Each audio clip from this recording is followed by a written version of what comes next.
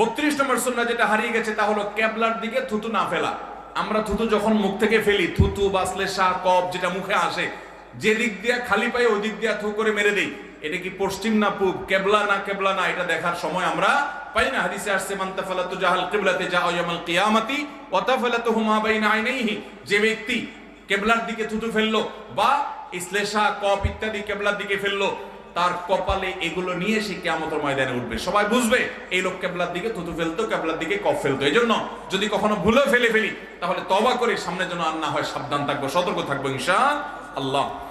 এর বাইরে 33 নম্বর সুন্নাহ যেটি আমাদের সমাজ থেকে হারিয়ে গেছে ভাই, সেটা হলো আঙ্গুল চেটে খাওয়া। এখন আমাদের সমাজে কেউ যদি আঙ্গুল চেটে খায়, আমরা বলি হায় রে, এ তো ফকির ফাকড়া গরিব মানুষ, অ্যাটলিস্ট অন্তত হুজুর মানুষ।